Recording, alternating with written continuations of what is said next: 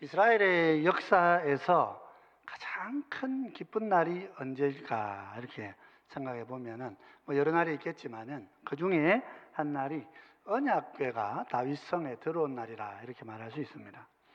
하나님의 임재를 상징하는 또 실제이기도 했었던 그 언약궤가 이렇게 블레셋에 빼앗기고 그로부터 다시 돌아왔지만은 사실은 예루살렘 성 안으로 들어오지는 못하고 오베데돔의 집에 머물러 있었습니다. 그때에 이 임재를 상징하는 법궤가 마침내 다윗성으로 들어오게 되는 날, 아마 이스라엘은 굉장히 기쁘고 감사한 날이 되었을 것입니다. 당시에 다윗 왕은 에봇만 입고 하나님께 춤을 추면서 영광을 올리며 기뻐했던 모습을 성경 기록하고 있습니다.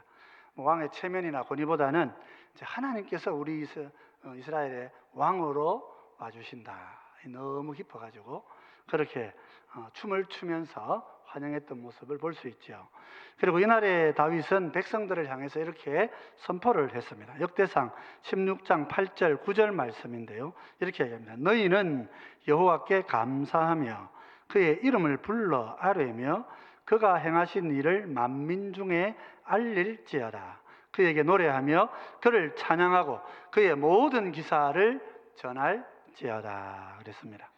그 마음의 중심에 감사를 담아서 너희는 여호와께 감사하고 그 이름을 높이 불러서 온 땅에 하나님이 하신 놀라운 일들을 증거하고 선포해라. 그렇게 이 기쁨을 표현했던 날이 법궤가 예루살렘 다윗 성에 들어온 날이다, 이렇게 말할 수 있는 것이죠. 우리 성도는 하나님 앞에 감사를 담아서 예배를 드려야 합니다. 오직 영과 진리로 드린 언약의 예배를 우리 가운데 두신 하나님께서는 그 은혜 가운데서 우리가 감사의 태도로 자세를 가지고 예배 드리기를 원하신다 하는 것이죠. 그래서 오늘 추수감사절을 맞아서 시편 100편 말씀을 가지고 우리가 감사로 예배드리는 것 어떤 의미인가 하는 것들 우리가 함께 묵상하면서 은혜를 나누고자 합니다. 먼저 오늘 본문을 보면 성도는 자발적인 기쁨을 가지고 감사의 예배의 자리로 나아와야 한다 하고 말하고 있습니다. 시인은 온 땅을 불러서 여호와께 즐거운 찬송을 부르라 이렇게 명합니다. 온 세상을 향해서 기쁨의 노래를 불러라 그렇게 이야기하는 거죠. 이는 우리가 하나님 앞에 나올 때에 자발적인 의지를 가지고 또한 그 속에는 기쁨의 감정을 가지고 그렇게 하나님 앞에 나아와야 한다 하는 것입니다. 이는 우리의 마음을 담아서 심정을 담아서 하나님께 감사로 노래하고 찬양하는 자발적인 예배를 원하신다 하는 거죠. 시편 110편 1절 2절입니다. 우리 같이 한번 읽어보십시다. 온 땅이여 여호와께 즐거운 찬송을 부를지어다. 기쁨으로 여호와를 섬기며 노래하면서 그의 앞에 나아갈지어다 그럽니다. 온 땅을 향해 찬송을 부르면서 기쁨을 가지고, 그죠? 기쁨으로 하나님을 섬기며 노래하면서 그의 앞으로 나아가자. 내 의지를 다하여서 하나님 앞으로 감사를 가지고 노래하며 나아와야 한다 하는 것입니다. 그 예배는 남이 드리니까 나도 따라 드리는 것이 예배가 아닙니다. 예배는 나의 마음의 의지를 다해서 하나님 나에게 주신 그 구원의 기쁨을 간직하고 즐거움을 붙잡고 하나님 앞으로 나아가 드리는 예배, 자발적인 의지적인 예배, 그것이 하나님이 기뻐하시는 예배죠. 여러분도 그렇게 예배 드리시는 우리 모두가 되시기 바랍니다. 하나님께 특별히 예배 드릴 때 뭐라 그러십니까? 기쁨을 가지고 오라 그러셔요. 그 예배 시간에 목사님 농담 듣고 한번 웃으면서 무거운 마음 털어버려야 되겠다, 이런 마음으로 설교 들어오시면 안 되는 거예요. 이미 삶의 자리에서 하나님이 주시는 기쁨을 가지고 그렇게 예배 드리는 예배가 진짜 예배란 말이에요. 삶의 자리에서 이 성전 문지방을 넘기 전에 하나님이 나에게 주신 은혜를 잊어버리고 감사가 없는데 예배하러 들어와가지고 예배 자리에서 막 설교에 감동받아가지고 내가 막 마음으로 뭉클해지고 막 그러려고 예배 드린다고 생각하시면 그 예배가 아닌 거예요. 예배는 그렇게 드리는 게 아니에요. 예배는 내 삶의 자리에서 내게 주신 그 은혜를 기쁨으로 여기고 이미 누리고 그 기쁨을 들고 그래서 감사함을 가지고 예배의 자리로 와서 하나님께 올려드리고 그 말씀을 받는 것이란 말이에요. 그 말씀이 때로는 내 마음을 때리는 무서운 채찍 같은 말씀이라도 기쁘고 즐거운 농담이 아니란 말이에요. 그렇더라도 하나님 앞에 감사로 듣고 순종하는 그게 참된 예배이다 하는 것입니다. 이 시편 100편은 이름이 있습니다. 제목이 있다 그런 뜻이죠. 이름은 미츠모르레 토라 이렇게 되어 있습니다. 우리 한글로는 감사의 시 이렇게 되어 있죠. 예배 드릴 때 감사 찬양, 이 감사의 제사를 드릴 때에 부르는 찬송가라 그런 뜻입니다. 오늘 우리가 587장 여러분 감사 찬송 드렸잖아요. 그 옆에 보시면 그 오른쪽 편이나 왼쪽 위에 보시면 감사절이라고 이렇게 분류가 되어 있습니다. 그런 이름이 있는 거예요. 그래서 우리 구역장님들이 구역 모임 인도하실 때 이렇게 찬송을 한 곡 부르려고 그러면 오늘 성경 공부한 것과 주제를 딱 맞춰가지고 그 주제에 해당되어지는 제목에 분류된 성경 찬송가 목록을 쭉 보시면 주제별 목록이 있어요. 그 목록을 가지고 이 주제에 맞는 찬송을 정하셔서 그렇게 함께 부르시면 그 전체 모임을 인도하시는데 일관성 있게 쭉 예배를 한 구역 모임을 가질 수가 있게 되는 것입니다.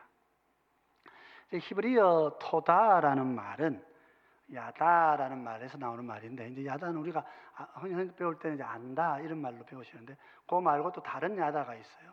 야다는 고마움을 표한다, 감사한다 그런 뜻이고 그 명사가 이제 토다가 되어서 감사의 노래 혹은 감사의 시라 하는 것입니다.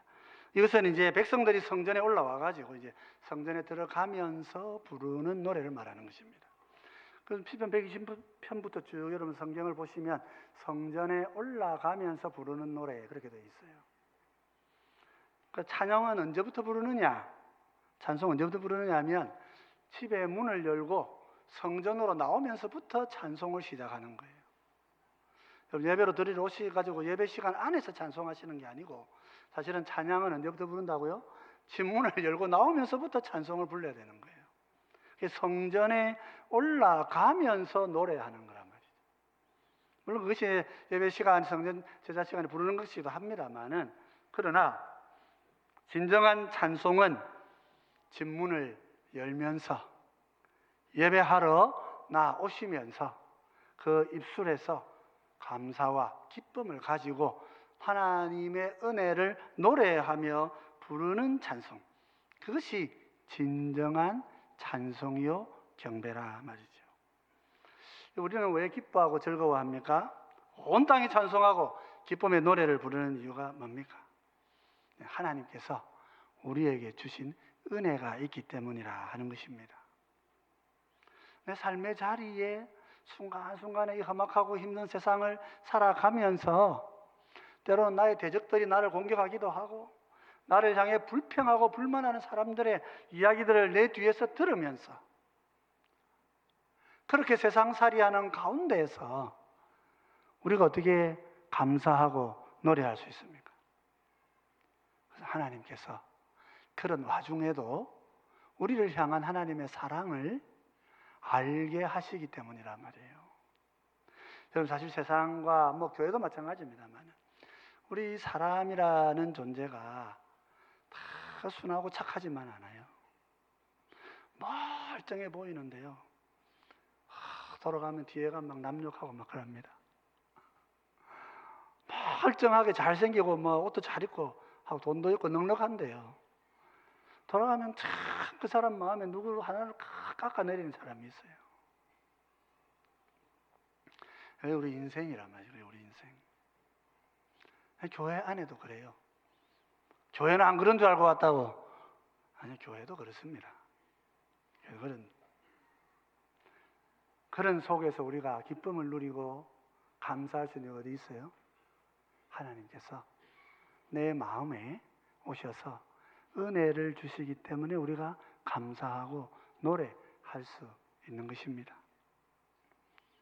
그래서 하나님께서는 삶의 자리에서 하나님을 만나라 말이죠. 삶의 자리에서 하나님을 만나야 예배의 자리에서 감사를 들고 올 수 있는 거예요. 시편 100편 4절은 이렇게 이야기합니다. 다 잘 아는 식구이긴 합니다만 같이 한번 보십시다. 감사함으로 그의 문에 들어가며 찬송함으로 그의 궁정에 들어가서 그에게 감사하며 그의 이름을 송축할지어라. 뭘 가지고 그의 문에 들어오라 그랬습니까?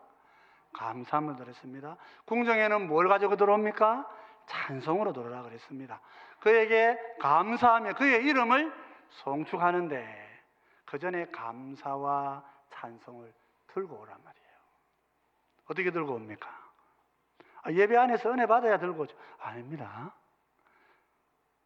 길을 걸어가면서 예배당을 향해 성전을 향해 올라오면서 하나님이 이 한 주 동안에 나와 내 삶의 자리에서 함께 하셨던 우리 주님의 그 은혜와 그 사랑을 간직하면서 그걸 감사하면서 그걸 들고 예배당 안으로 들어오셔야 하는 거예요. 그럼 사실 우리가 얼마나 참 감사합니까? 대한민국에 태어난 것도 여러분 감사한 일이죠.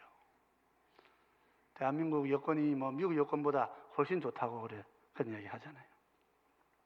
이 조그마한 나라가 이 온 세상에 이렇게 복을 받아가지고 세상에서 존경을 받고 이 지금 아시아의 나라의 아이들한테 한글 배우려고 지금 우리나라에 와가지고 여기서 직장도 자기 코리안 드림을 이렇게 밝히고 우리나라가 그런 나라 될 거라고 저희 어린 시절에 생각 못했어요. 근데 하나님 그렇게 은혜를 주셔서 이 나라 잘 삽니다. 이런 나라의 시민권 갖고 태어나신 거 여러분 감사하고 사시기 바랍니다. 이 시민권 얻으려고 베트남에서 우즈벡에서 이 나라에 와 있는 사람들 많아요. 하나님 우리에게 날 때부터 그런 은혜를 주셨는데 그래서 우리는 어떻게 합니까? 걸핏하면 불평이 나오고 걸핏하면 불만이 나오고 감사가 없고 예배의 자리에 불평을 들고 막 앉아가지고 불평하다가 한 시간 그냥 끝나고 그리 산다면 얼마나 불행하겠어요. 그분은 참 불행한 사람이에요. 성도가 교회 안에 와서 예배를 드리는데 삶에서 다 무너지고 깨어지고 삶에서 실패하고 교회 와가지고 뭘 성공하겠다고 생각하면 그러면 정말 실패하는 거예요. 내 삶의 자리에서 하나님 만나시고 내 삶의 자리에서 기쁨을 얻으시고 이 어려운 땅에서 이 어려운 시대에 그래서 하나님 나에게 먹을 것을 주시고 입을 것을 주셔가지고 그래도 내가 이 땅에 생명으로 살아갈 수 있다는 거. 여러분 그 자체가 얼마나 감사한 일입니까? 집이 없는 사람 되게 많습니다. 우리나라는 30평에서 50평 못 가까 열받지만은 그 5평, 2평에 사는 사람 많아요. 제가 고향 구포 아닙니까? 구포 가면 한 평에 사시는 분도 많아요. 이제 신방 다니면서 저희 어릴 때 8평 집에 살았어요. 7 식구가 살았어요. 하나 옆에 한 평 조금 잡고 살았다고요. 저는 방이 없어가지고 아버지가 다락방 지어줘가지고 슬래트 바로 밑에 제 방이 있었어요. 사다리 가지고 올라가서 그 낮에 더워가지고 앉아있을 수도 없는 거기에 공부한다고 앉아가지고 그런 우리가 지금 하나님의 은혜 안에서 이렇게 살아가고 있는데 사실 대한민국 사람이 불평할 게 뭐가 있어요? 그런데 우리는 감사가 없어요. 고마움이 없다. 다른 사람에 대해서 또 교회에 대해서 나라에 대해서 정치가 좀 나와 달라도 사실은 감사가 많죠. 우리나라에. 중보자로 주님 우리 가운데 오셔서 보혜사로 성령님이 우리 함께 하시는데 하나님이 우리 안에 거하시는 성도가 되었는데 우리가 불평하며 살아서 되겠습니까? 아니란 말이에요. 여러분, 감사하며 사시는 여러분 되시기 바랍니다. 감사하십시오. 감사가 우리의 삶의 본질이 되어야 하는 것입니다. 오늘 우리 시인은 우리의 이 감사가 우리에게 주어진 이 환경 때문만은 아니라는 거예요. 환경도 물론 하나님 우리가 감사하게 하시지만은 사실은 하나님, 삼위일체 하나님이 우리에게 다가오시는 그 거룩한 모습들, 내가 체험하고 만나는 그 하나님이 얼마나 좋으신 분이신가, 그걸 깨닫고 감사하는 것입니다. 우리 시편 100편 5절을 보면 이렇게 이야기합니다. 같이 한번 읽어보십시다. 여호와는 선하시니 그의 인자하심이 영원하고 그의 성실하심이 대대에 이르리로다. 무슨 말이에요? 하나님은 선하신 분이시요, 하나님은 인자하신 분이시요, 하나님은 성실하시다란 말이에요. 시인이 삶을 살아가면서 만나는 하나님은 선하신 하나님이시죠. 그분은 인자하신 하나님이시고 그분은 성실하신 분이시더라. 하나님을 내 삶의 자리에서 그렇게 만나기 때문에 성도는 감사가 넘치는 것입니다. 선하심과 인자하심과 성실하심이라고 하는 것은 우리가 교리를 공부하면서 하나님의 속성이다 이렇게 이야기합니다. 하나님은 이런 분이란 말이에요. 속성 이러면 본질 뭐 이러니까 우리가 좀 단어가 어렵습니다만은 이게 무슨 말이냐면 내가 경험하게 되는 하나님의 모습이란 말이에요. 이 세상에서 죄인으로 살아가는 내가 하나님 만나면 뭘 알아요? 선이 무엇인지 안단 말이에요. 각박한 마음을 갖고 살아가는 내가 하나님을 만나면 이 헤세드, 인자, 긍휼이, 불쌍히 여기는 마음이 뭔지 깨닫게 된단 말이에요. 게으르고 나태한 내가 하나님을 만나면 성실하신, 에문나라고 하는 성실하신 하나님을 내가 경험하면서 나도 선해지고 나도 불쌍히 여길 줄 알고 나도 성실한 삶을 살 수 있는 새로운 삶을 살게 되는 자가 된다 하는 뜻이죠. 하나님을 그렇게 만나는 것입니다. 선하신 하나님 만나시고 인자하신 하나님 만나시고 또 성실하신 하나님을 만나실 때 우리의 마음속에는 감사와 기쁨과 감격이 있는 것입니다. 물론 우리 삶에 어려움이 없다는 말이 아니에요. 근데 그 속에서 그 하나님의 그 선하심과 하나님의 그 인자하심과 하나님의 그 성실하심이 내 마음속에 자리할 때에 이 불의하고 이 악하고 이 게으르고 나태하고 이 악해지는 세상 속에서 나는 그 하나님 때문에 감사와 기쁨이 넘쳐나는 삶을 산다는 것이에요.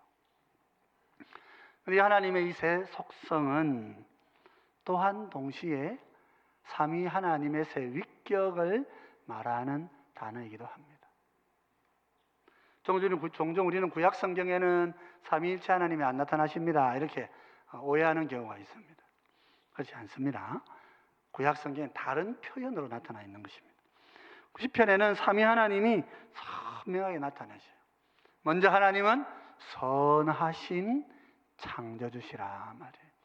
하나님 선하시다 할 때는 그 말이 하나님이 세상을 지으신 창조주시다 그런 뜻이에요.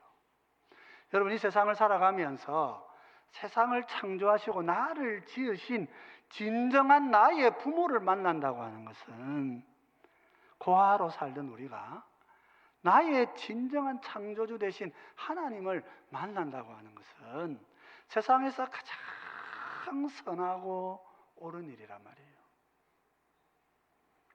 예수님께서 오늘 율법사가 와서 선한 선생님 하고 예수님 부르니까 예수님 뭐라 그러십니까? 선한 분은 아버지 한 분밖에 안 계신데 왜 나보고 선하다고 하냐 그렇게 말씀하시죠. 예수님 하나님이신데 선하다 하셔도 되죠. 근데 예수님 그것은 하나님 아버지의 이름이다 이렇게 말씀하시는 거예요. 아버지는 창조주시란 말이에요. 우리가 창세기 1장을 보면 어떻습니까? 1장부터 2장 3절까지 하나님께서 천지 만물을 지으시고 모든 지으신 것이 다 좋더라. 여러분, 이 세상에 지어진 것 중에 사실 안 좋은 게 하나도 없습니다. 저희 대학 다닐 때 이제 우리 그런 얘기 하다가 그날 저녁에 좀 여름이었는데요. 제 친구 하나가 그런 말을 했어요. 그래서 모기는 하나님의 암지신 같다고 이렇게 얘기했어요. 다 하나님 지으신 것 같은데 모기는 아닌 것 같다고. 너무 힘들다면서 그런 얘기를 했어요. 세상의 모든 것이 하나님이 우리를 위해 지으신 거란 말이에요. 그 모든 것은 다 선하고 좋다고 그러셨어요.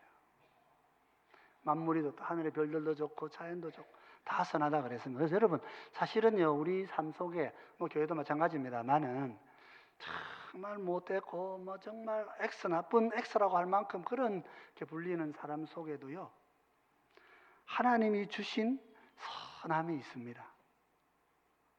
하나님 주신 선함이 있어요. 강도가 나한테서 막 칼질하고 강도질하게 나쁜 놈 같지만은 집에 돌아가면 뭐합니까? 자기 애한테 밥 챙겨주는 아버지예요. 그래서 그 마음이 있는 거예요. 사람은 하나님께서 우리를 지으셨을 때 죄로 인해서 우리가 이렇게 무너져 버렸지만은 하나님의 지으신 선함이 있는 거예요. 우리 성도들도 좀 서로 다투시고 나면 막 나쁜 나는 막 이렇게 하지만은 근데 그분 속에도 하나님이 주신 선하심이 있어요. 남을 긍휼히 여길 줄 아는 마음도 있고 내가 배울 게 있다고요.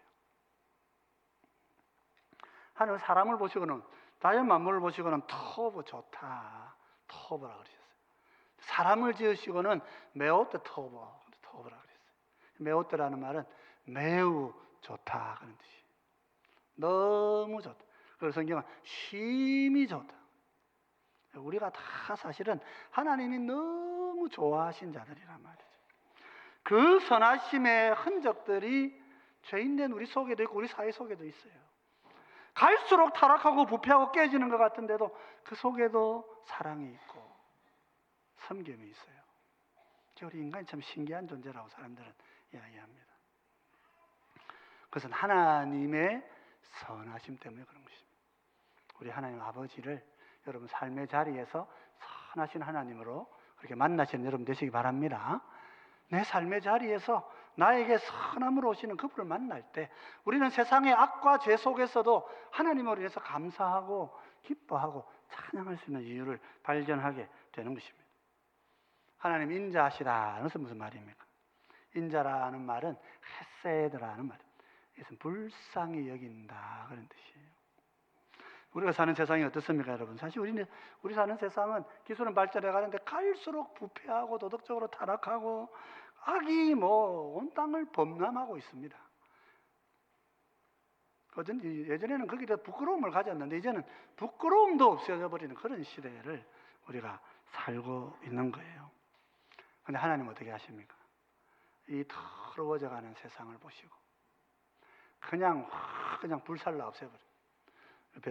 야고보하고 요한이 사마리아 성에 그냥 하나님 저다 예수님 저다 그냥 확 불질러가 태워서 그냥 죽여버리십시다. 그걸 예수님 막 나무라시죠. 책망하시죠. 사실 세상은 정말 불타 없어요. 이놈의 세상 막 그냥 확 불타 없어지라고 그렇게 억울하게 마음에 외치고 사는 분들이 제법 많아요. 우리 세상 속. 근데 하나님께서는 이 세상을 그런 세상인데도 불구하고 불로 그냥 확 안 살라버 주시고 어떻게 하셔요? 자기 택한 백성을 건져내신다고요. 인생을 불쌍히 보시고 자기 백성을 위하여 아들을 십자가에 죽게 하시고 믿음을 갖지 못하니까 성령님을 보내셔서 믿음을 갖도록 중보자와 보혜사를 통해서 우리를 구원하시는 그분이 바로 인자하신 하나님이시란 말이에요.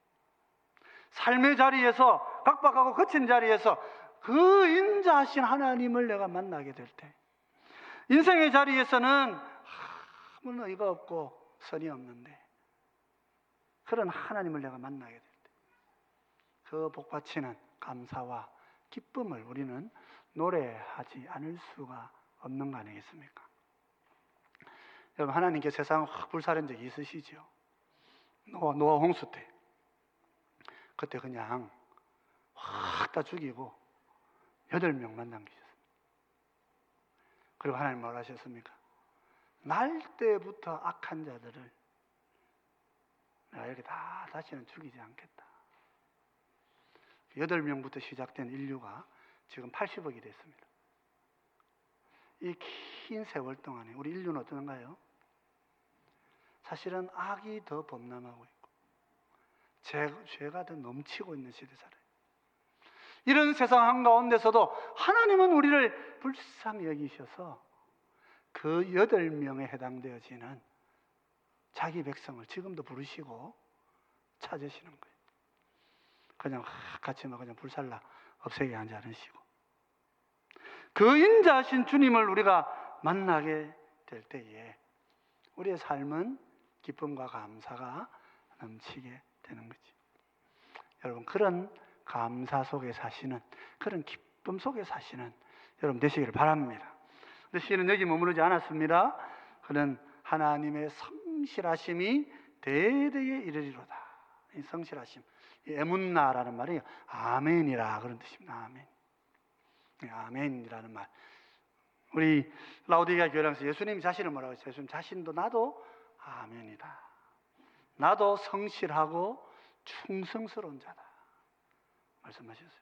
예수님이 왜 성실하고 충성스러우십니까? 우리 라오디게아 교회 봤잖아요. 그냥 정말 하나님이 심판하셔도 되는 교회예요. 종말을 산다는 이유로 하나님의 말씀을 듣기는 듣고 뭐 말씀을 가졌다고 하는데 삶의 행함에서는 악만 행하고 살아가는 그런 교회. 자기는 잘 살고 있다고 생각해요. 근데 예수님은 어떻게 하셔요? 나는 아멘이시다. 하나님 택한 자들을 그 죄에도 불구하고 버리지 않으시겠단 말이에요. 선하시고, 그래서 칼같이 선으로 악을 재단하시면 다 죽여야 되지만은 긍휼히 여기시는 그 마음 변치 않으시고 우리를 자기 자녀로 불러 세우시는 그 하나님의 성실하신 말이에요. 그래서 인자하신 하나님이 우리 예수님의 이름이라면 성실하신 하나님은 성령님의 이름이란 말이에요. 그래서 시인은 이야기하는 것입니다. 여호와는 선하시니 그 인자하심이 영원하고 그의 성실하심이 대대에 이르리로다.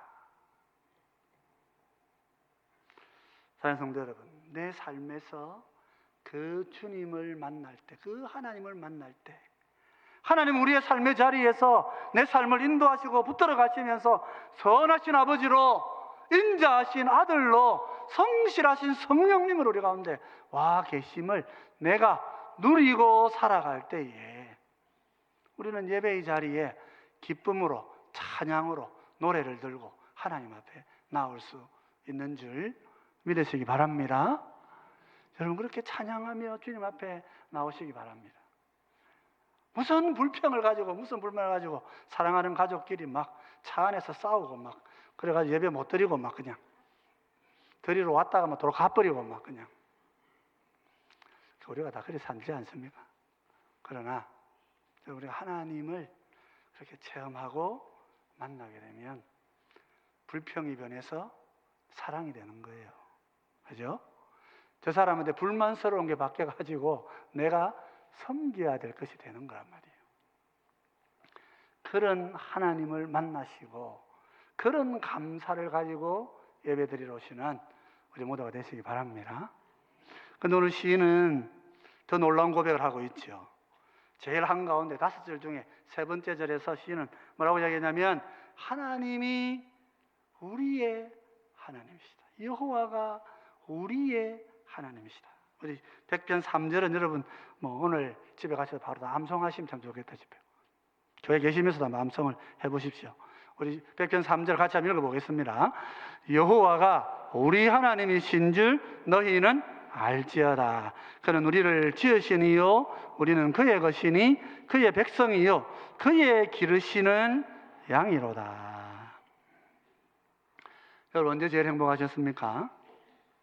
인생에 제일 기쁜 날이 언제인 것 같습니다. 어제도 우리 결혼식이 있었습니다만은 우리 생에서 제일 행복한 날은 그죠? 내 사랑하는 사람하고 내가 하나가 되는 날이란 말이에요. 아이가 나는 날도 기쁘기도 하고 뭐 손주가 나니까 더 좋더라고요. 제가 보니까 그 아들 보고 야 니네 할 때보다 더 좋은 것 같다 이랬다가 좀 티박을 들었습니다만 어쨌든 어쨌든 우리가 그렇단 말이에요. 근데 가장 좋은 날은 사랑하는 사람과 하나가 되는 날, 그죠? 부부가 되는 날, 결혼하는 날이에요. 부부가 관계를 맺으면 결혼한다 그럽니다. 근데 우리 영의 세계에서 가장 즐거운 날은 어디냐? 언제냐? 하나님과 내가 하나가 되는 날이에요. 그것을 하나님과 내가 언약 맺은 것이라 그렇게 말한단 말이에요. 하나님께서 나의 하나님이 되시고 나는 하나님의 백성이 되면 말이에요. 우리가 결혼하면 남자 여자가 결혼하면 어떻게 됩니까? 남자는 남편이 되고 여인은 아내가 됩니다. 그러고 나면 어때요? 우리 둘은 영원한 품절 남녀가 돼버려요. 그죠? 다른 누구도 빼앗아갈 수 없는 품절 남녀가 돼버린단 말이에요. 근데 하나님과 우리가 영원한 하나가 되면 언약이 맺어지면 하나님과 우리의 관계가 어떤 관계란 말이에요? 영원한 품절 남녀가 된단 말이에요.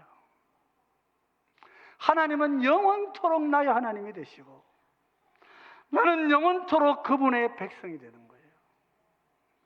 그래서 사도 바울이 로마서 8장을 이렇게 마무리하고 있는 거예요. 로마서 8장 38절 39절 여기까지 암송하셨으면 성공한 겁니다. 같이 한번 읽어보십시다. 내가 확신하노니 사망이나 생명이나 천사들이나 권세자들이나 현재 일이나 장래 일이나 능력이나 높음이나 깊음이나 다른 어떤 피조물이라도 우리를 우리 주 그리스도 예수 안에 있는 하나님의 사랑에서 끊을 수 없으리라. 영원한 품절 남녀가 되신 분들에게 하나님 하신 말씀. 품절 교회죠. 품절 교회. 영원한 품절 교회가 된 우리들에게 하나님 약속하시는 거예요. 우리 주 그리스도 예수 안에 있는 하나님의 사랑에서 세상의 어떤 피조물도 우리를 끊을 수 없을 것이다. 여러분, 성도의 감사는 여기에서 오는 거예요. 선하신 하나님, 그 인자하신 사랑의 하나님, 그 성실하신 하나님. 나는 죄 가운데 허덕이고 오늘도 부끄러워서 하나님 앞에 제대로 서지 못할 것 같은데 하나님은 나한테 찾아오셔서 내가 너를 사랑하고 내가 너의 하나님이고 너는 나의 양이고 나는 너를 영원히 기르는 목자라고 말씀하시는 그 변함없으신 하나님의 사랑을 내가 마음에 간직하고 깨달을 때 우리는 예배의 자리에 기쁨의 노래를 부르며 나올 수 있는 것이란 말이에요.